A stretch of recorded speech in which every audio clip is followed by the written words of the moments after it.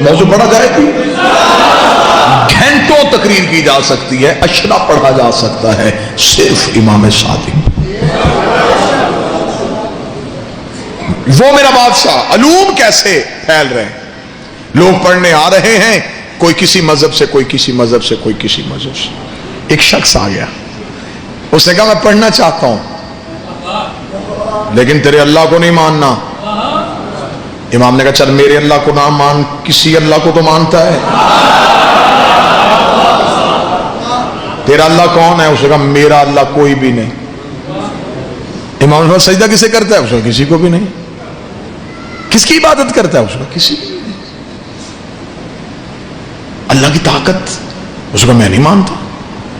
یہ دنیا کیسے بنی؟ اس نے کہا خود ہی۔ اس نے کہا میں دہریہ ہوں، میں لا مذہب ہوں، میرا عقیدہ ہے ہر چیز خود وجود میں آئی ہے، خود فنا میں بدل جائے گی، اور یہ عقیدہ آج بھی ہے، آج بھی مذہب کے موجود ہے۔ اس نے کہا میں لا مذہب ہوں، میں قائل نہیں ہوں۔ اب بتائیں پڑھائیں گے کہ نہیں؟ میں نے کہا پڑھائیں گے۔ پڑھنا کیا چاہتا ہے؟ طب سیکھنا چاہتا ہوں، حکمت سیکھنا چاہتا ہوں، حکیم بننا چاہتا ہوں، میڈیکل سیکھنا چاہتا ہوں۔ امام نے کہا پڑھائیں گے۔ پڑھنا شروع ہو گیا، مسلسل امام کی یونیورسٹی میں مکتب میں آ رہا ہے اور امام سے درس لے رہا ہے۔ ایک دن بیٹھ کے حلیلے کے بیج کوٹ رہا تھا۔ بزرگ دعا فرما رہے ہیں میرے لیے بڑی سعادت۔ امام کو خبر ہو گئی کہ اب لوہا گرم ہے، وہ بیٹھ کے حلیلے کے بیج کوٹ رہا ہے۔ امام قریب گئے، قریب جا کے امام پتھر پہ بیٹھ گئے۔ امام نے کہا دیکھ تو میرا بڑا شاگرد قابل ہے، جو میں تجھے پڑھاتا ہوں تو سیکھتا ہے اور اس پہ عمل کرتا ہے، آج کوئی امتحان لے؟ جی مولا لیں۔ امام نے فرمایا کیا کر رہا ہے؟ مالک آپ نے کل والے درس میں بتایا تھا کہ حلیلے کے بیج کوٹ کے ایک صفوف تیار ہوتا ہے جو جلد کے امراض کا علاج ہوتا ہے۔ امام نے کہا اچھا، تو اس میں تجربہ کر رہا ہے؟ جی تجربہ کر رہا ہوں۔ امام نے فرمایا چل تو مجھے اسی پہ سوال کرتے ہیں، دنیا میں پہلے بیج آیا تھا یا درخت؟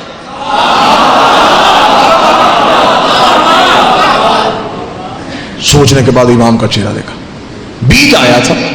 امام نے کہا کس درخت سے گرا تھا؟ بیٹھے چلے گئے۔ اس نے کہا پھر درخت آیا ہوگا۔ امام نے کہا کس بیج سے اگا تھا؟ پریشان ہو گیا، لگا مولا کچھ چند دن ہوئے ہیں آپ کے مکتب میں آئے ہوئے، جتنا کچھ میں نے سیکھا ہے اس سے تو استاد محترم میں اسی نتیجے میں پہنچا ہوں کہ زمین کے اندر چند مادے رہتے ہیں جو نظر نہیں آتے، اور کچھ مخصوص وقت میں وہ مادے ایک جگہ پہ اکٹھے ہو کے ایک بیج کی صورت اختیار کر لیتے ہیں۔ امام نے دہریے کے کانٹے پہ کہا اب بتا ان مادوں کو اکٹھا کرنے والا کون ہے؟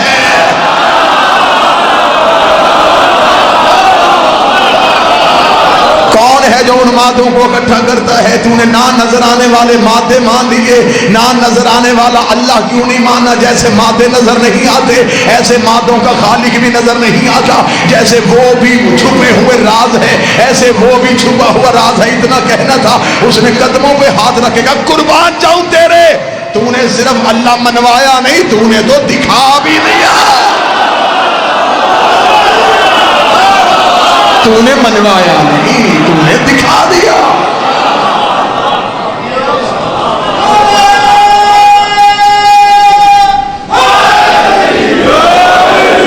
آج کے دور میں بھی، آج ہمارا بچہ 3.5-4 سال کا ہو جائے تو ہم اسے تعلیم کے لیے بھیجتے ہیں، پلے گروپ میں بٹھاؤ، اسے KG میں بٹھاؤ، نرسری پریپ، تاکہ یہ سیکھے۔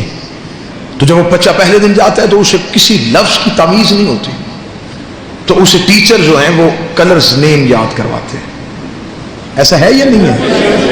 نہ بھی بچہ اسکول جائے تو بچہ گھر میں بھی ہو نا، تھوڑا بچے کی شعور کی آنکھ کھلے تو بچہ رنگوں کی طرف متوجہ ہوتا ہے،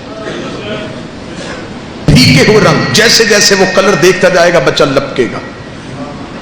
رنگوں کے ساتھ پڑھانے کا طریقہ سب سے پہلے میرے اس مولا نے متعارف کروایا۔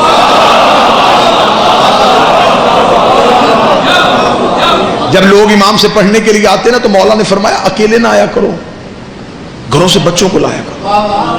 مولا اس لیے نہیں لے کے آتے، ہم نے پڑھنا ہوتا ہے، وہ شرارتیں کرتے. امام نے کہا تمہیں نہیں پتا حجت کی محفل میں کوئی شرارت نہیں کرتا.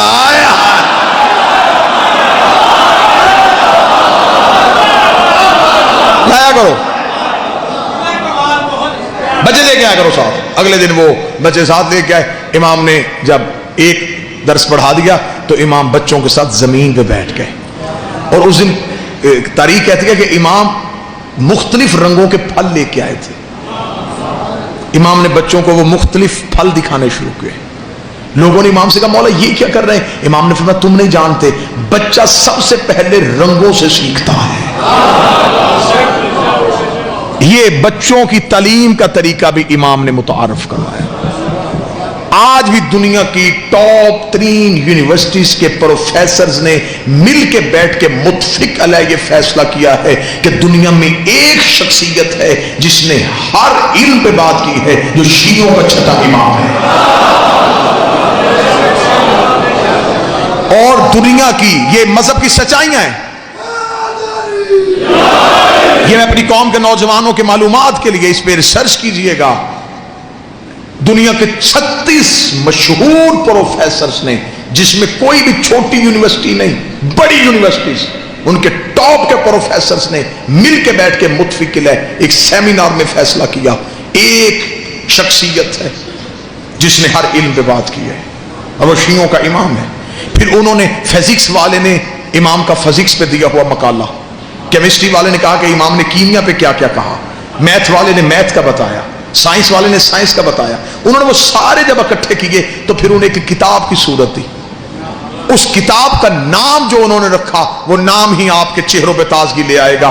جرمنی، فرانس، پیرس، یہاں سے بیک وقت میں یہ کتاب شائع ہوئی اور اس کا نام رکھا گیا super brain in the world, دنیا کا سب سے بڑا دماغ. یہی کتاب وہاں سے ایران میں گئی تو فارسی میں چھپی. اس کا نام رکھا گیا مغز جہان شیعت. شیعت کی دنیا کا سب سے بڑا دماغ. یہ کتاب انڈیا پہنچی تو لکھنؤ میں چھپی. اس کا نام رکھا گیا امام جعفر صادق کے سائنسی انکشافات. یہ کتاب آپ کے پاکستان کے لاہور کے اردو بازار میں آ کے شائع ہوئی تو اس کا نام ہے سپر مین ان اسلام. نوجوان ضرور اس کتاب کا مطالعہ کریں. یہ آپ ڈاؤن لوڈ بھی کر سکتے ہیں، آپ کو PDF کی اس کی فائل بھی مل سکتی ہے. اس میں دنیا کی 36 یونیورسٹیز کے پروفیسر نے اپنے مولا ہمارے امام کو خراج پیش کیا ہوا ہے. امام کی جو پہلی کلاس امام سے فارغ التحصیل، بور تو نہیں ہو رہے آپ مولوی سے؟ متوجہ نہیں. امام کی جو پہلی کلاس فارغ ہوئی اس میں کتنے شاگرد گئے؟ 40,000. ایک روایت 30,000 کی، ایک 40، ایک نے 70,000 لکھا. یہ پہلی کھیپ تھی جو امام نے پڑھا کے فارغ کی جلدی جلدی. اور جب یہ پڑھ کے نکلے تو امام نے فرمایا اب گھروں میں نہ جانا. یہ نہ ہوگا سیکھ کے اب گھروں میں جا کے بیٹھ جاؤ. بولا حکم، فرمایا پھیل جاؤ، دنیا کے کونے منتخب کر لو، دور دور چلے جاؤ، پھیل جاؤ دنیا میں. اب ان کے سینوں میں تھا. کوئی تلاشی لیتا بھی تو پتہ نہ چلتا.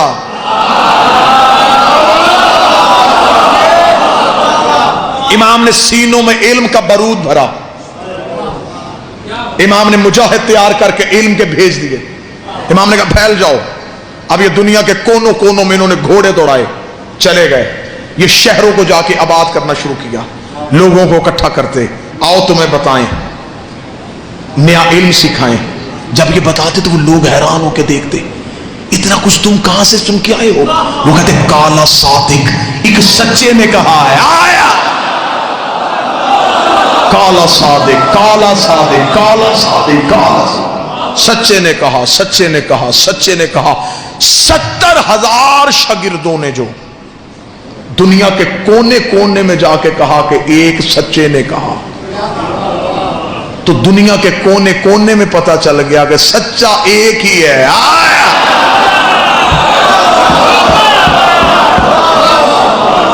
اب یہ فقہ پھیل رہی ہے، جہاں بھی جا رہی ہے یہ فقہ صادقی ہو رہی ہے. آپ کے مذہب کی ابتدا پڑھ رہا ہوں. واللہ با حسین اتنا ظلم ہوا ہے اس مذہب کے علم کے ساتھ. شیخ توسی کے قبلہ تشریف فرمائیں کی تائید، شیخ توسی ہمارے مذہب کا، ان کے دور تک امام کے 400 کتب امام کی موجود تھی، کلمی نسخے. سقوط بغداد جب ہوا تو پھر علماء کہتے ہیں صرف 33 کتابیں بچی، باقی ساری کتابیں ضائع کی گئیں. شیعوں کا علمی ذخیرہ بالکل تباہ کیا گیا. 33 کتابیں بچی. جتنا کچھ آج بیان ہو رہا ہے یہ ان 33 میں سے ہے.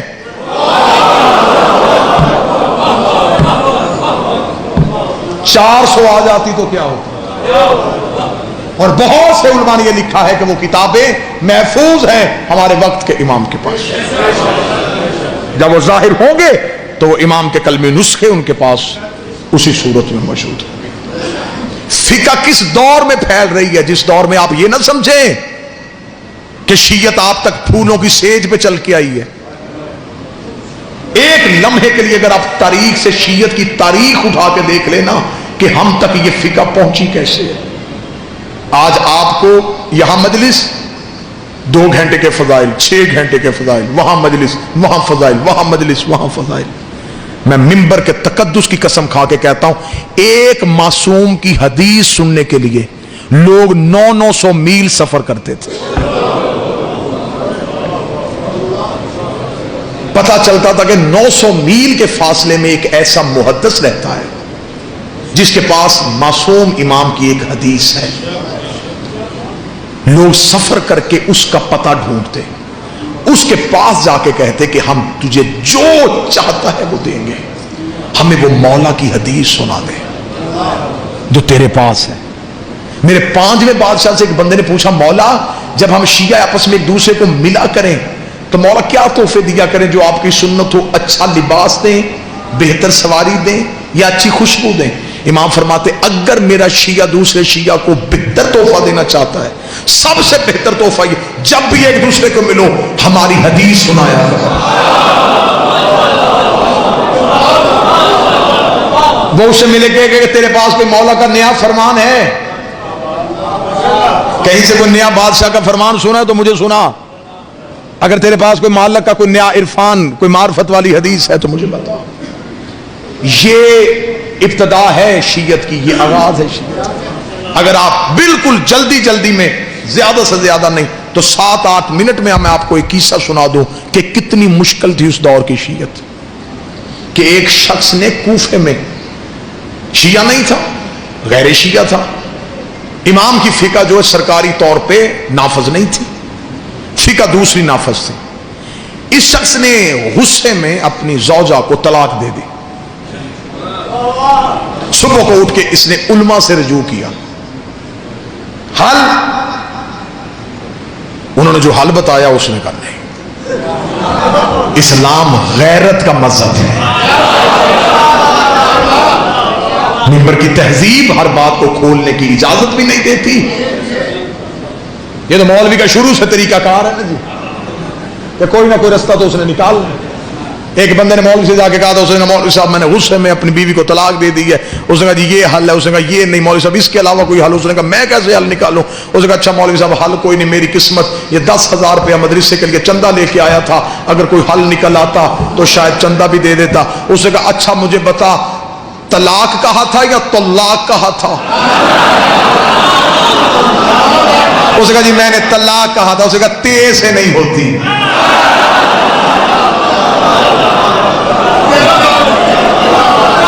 تیرا مخرج ہی ٹھیک نہیں تھا، تو طلاق کہتا.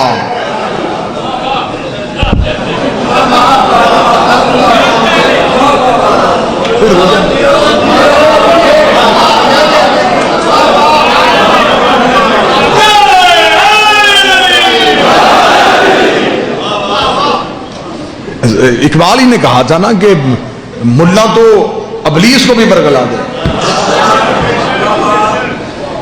اب اس نے کہا کہ کوئی حل؟ انہوں نے کہا جی حل تو پھر یہی ہے. اس نے کہا یار کوئی کسی جگہ سے کوئی اور حل مل سکتا ہے؟ ایک شخص نے کہا ایک حل ہے، ایک فقہ ہے، سرکاری طور پہ نافذ نہیں، حکومت اس کی مخالف ہے، حکومت اسے کسی صورت میں نافذ نہیں ہونے دے رہی، بانی اس کا مدینے ہے، اس کا وہ کس کی ہے؟ اس کا رسول کے بیٹے کی۔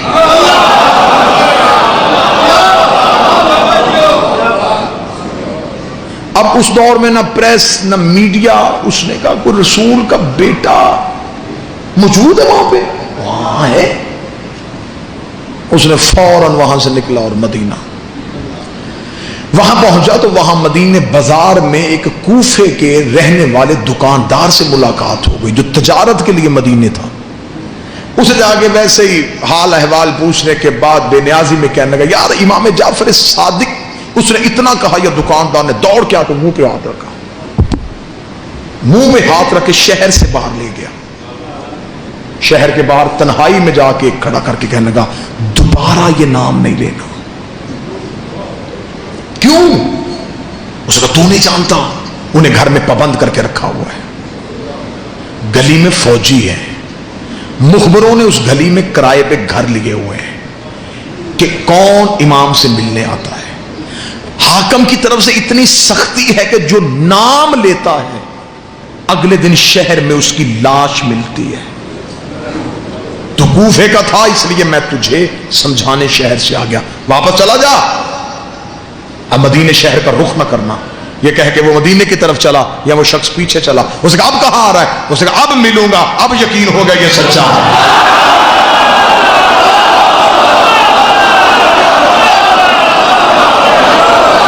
کیوں سچا ہے؟ اس نے کہا جھوٹ پہ پابندی نہیں ہوتی،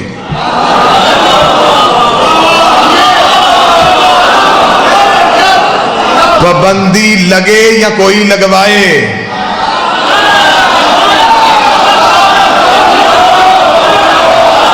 ہوتی ہمیشہ سچ پہ ہی ہے، سچ ہوتا ہے کڑوا، حقیقت نکلنی بڑی مشکل ہوتی ہے۔ اس کا وہ سچا ہے، اب اس سے میں نے ملنا ہے۔ اس کا پھر ٹھیک ہے، قتل کے لیے تیار ہو جائے۔ اس کا مر تو میں پہلے ہی گیا ہوں، اب میں ملوں ہی ملوں۔ وہ گیا، جا کے اس نے جب پتہ کرتا کرتا کرتا پہنچا تو حالت کیا ہے؟ گلی میں فوجی، چھتوں پہ سپاہی، تلواریں، مخبروں کی آنکھیں دروازوں سے، اتنا وحشت ناک ماحول۔ واپس پلٹ آیا، دوسرے دن پھر وقت تبدیل کر کے گیا، حالات ہوئے، تیسرے دن رات کے وقت گیا، جس سے کہا نہیں ملاقات نہیں ہو سکتی، اتنا سخت پہرا، اتنی سختی۔ تیسرے دن مدینے کے باہر بیٹھا سوچ رہا تھا واپس جاؤں، نہیں ملاقات ہوگی، یا ایک لمحے کے لیے ذہن میں خیال آیا، آنکھیں بند کی، بند کر کے اب لب نہیں ہل رہے، اب یہاں سے بولنا شروع ہوا، تجھے تو پتا ہے کہ میں ملنے آیا،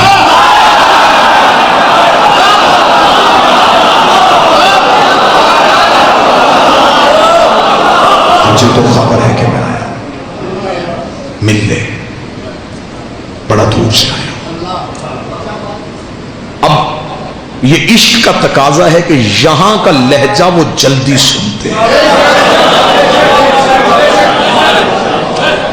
جو ہی اس نے یہاں سے پکارا تو کان میں ایک آواز آئی، سبزی لے لو۔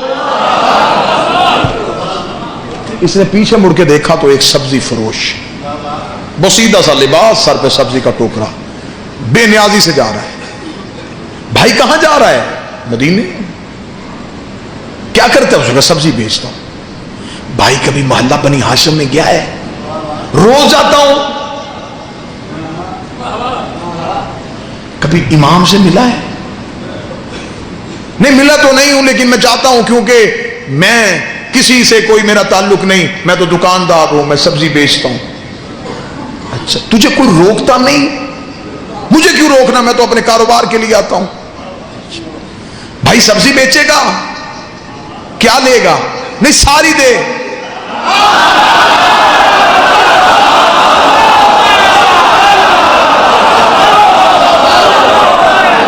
اب یہ مجلس کا جو اتنا پورشن ہے اس کا تعلق ہے تمہاری روح کے ساتھ.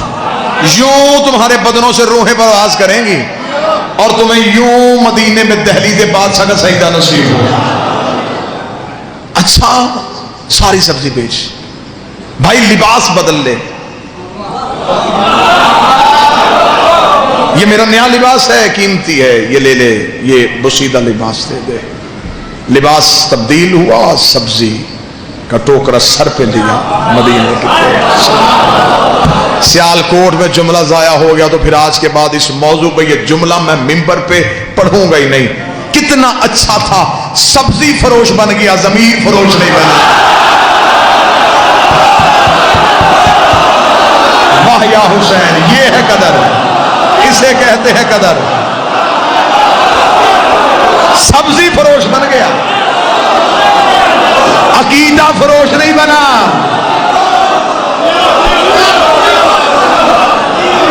عقیدہ نہیں بیچا.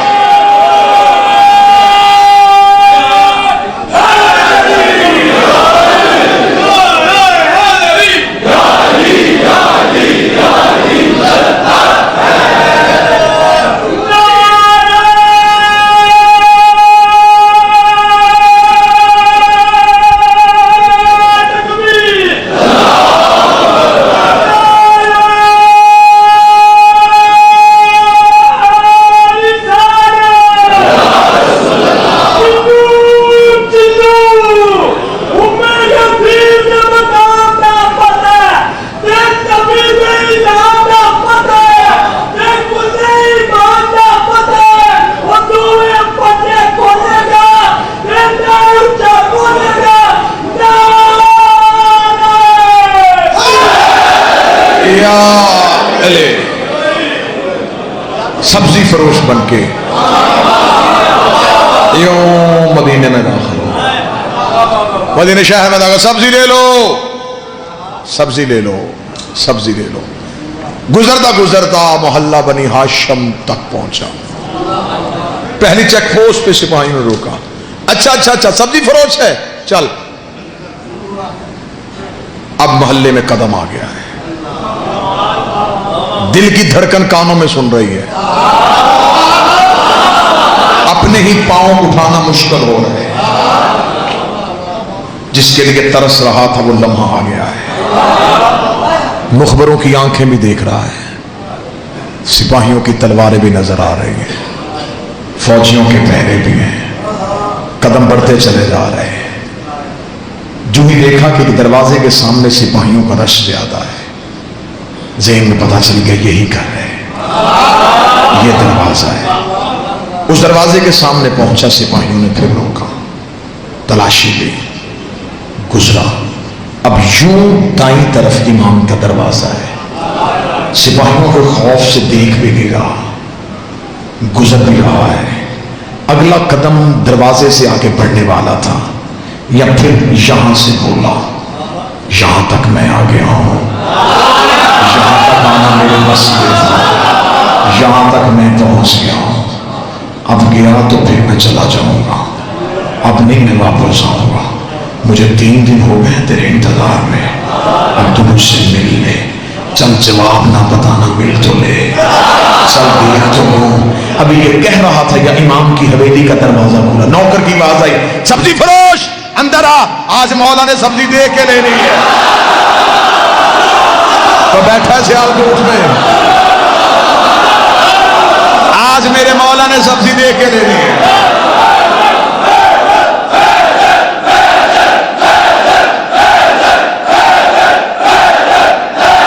سارے بولے مل کے حیدری, کل بھی خراب سبزی دے گیا.